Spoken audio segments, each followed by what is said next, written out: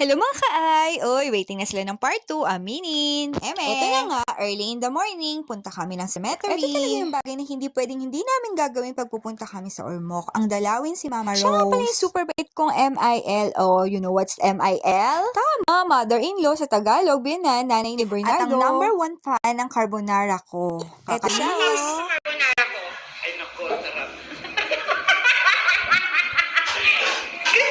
Yan siya. Ayoko umiyak. Kaya picture-picture na lang hanggang memories na lang talaga. Ayoko na lang isipin yung mga pinagdaanan namin nung pandemic. Ganun talaga ang life. Una-una lang. Napakamasayahin nun ni Mama Rose. Kaya hindi yung matutuwa kapag malungkot kami. Kaya wherever you are, stay put ka lang dyan, Mama Rose. Alam kong masaya ka After dyan. na namin dumalaw, gala naman. Oh, by the way, hello, Diesel. Eme.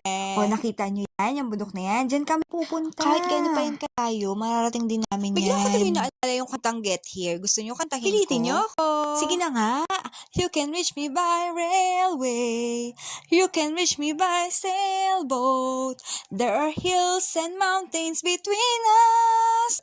Kinalaman. Wala lang. May mountain, may dagat, may railway. Buti nga lang naka-voice over lang ako. Kundi baka tinapon na ako sa labas. Nagkwento nga pala ako ulit about my golden Way back voice. 2007 nga, nung buntis ako at nagbi-video kami kina Akala niyo ba MIL. na may bumato sa bahay nila at sinabing tumigil na yun sa pagkanta? Ay naku, may mga tao talagang hindi nakaka-appreciate ng ganda ng boses. Anyway Eme. nga, pasasaan ba't mararating din namin yung pupuntahan namin? So, get here, we're here at Il Fattoria. Another day, another resto nga. May bago na naman tayong matitikman. Opo, restaurant siya. At yung nakita nyo dun sa taas, dun tayo Pwede pupunta. tayong mano-manong akyat. Pwede rin gumamit ng cart. At hindi na nga namin pahihirapan ang sarili namin. Magka-cart na lang Pwede kami. sila for picture-picture lang or pwede ka rin pumunta sa resto. May registration fee sila na 100 pesos and 50 pesos para sa senior. Consumable naman to kung kakain ka sa resto. Dumating na nga si Kuya para ihatid kami sa taas. At dahil sa sobrang excitement ko, iniwan ko yung mag-ama ko. Bye-bye. See Kahit you nga there. mainit yung panahon, ang saya sa pakiramdam na nakasakay ka sa cart at Ay, ang umaakyat ganda.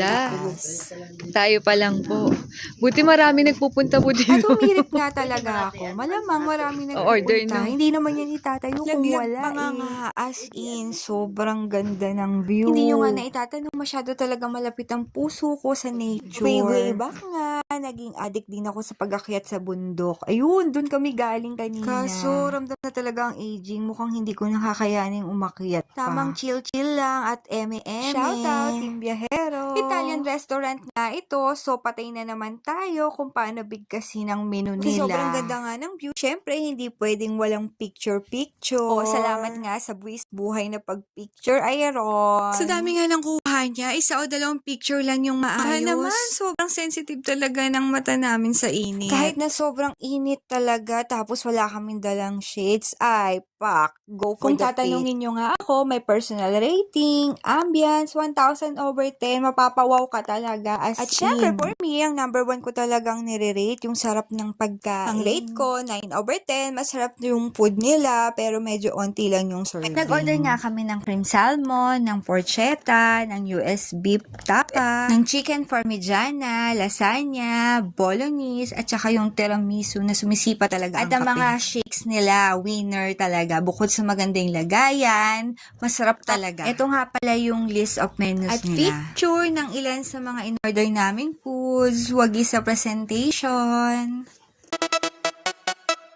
Don't stop.